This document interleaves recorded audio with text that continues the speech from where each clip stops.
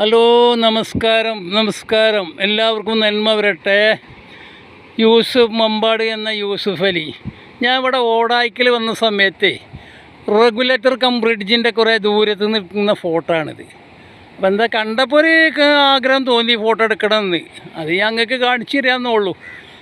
അങ്ങനെ ഇതൊക്കെ ആ ഷട്ടർ താത്തിക്കഴിഞ്ഞാൽ വെള്ളം നിറയെ ഇതായി കാണുന്നത് വെള്ളം നിറയെ പൊന്തി കിടക്കുന്നതിനനുസരിച്ച് മുകൾക്കൊക്കെ വെള്ളം പാസ് ചെയ്യും. മാത്രമല്ല ഈ പ്രദേശത്തെ ഒരുവിധം കിണറുകളിലൊക്കെ നല്ലോണം വെള്ളം ഉണ്ടാവും.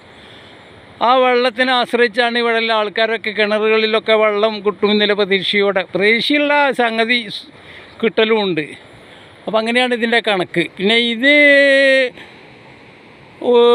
ചാലെടുത്തിങ്ങാണ്ട് കൃഷിക്ക് അനുയോജ്യമായ രൂപത്തിൽ കൊണ്ടുപോകാനുള്ള പരിപാടികളൊക്കെ ഉണ്ട്. അത് രണ്ടാം ഘട്ടമായിട്ട് വരുള്ളൂ. എന്നാൽ ആയിക്കോട്ടെ, തൽക്കാലം ഞാൻ ഇപ്പോൾ ഈ വിവരങ്ങൾ നിങ്ങളുടെ നിർത്തുകയാണ്. ഓക്കെ.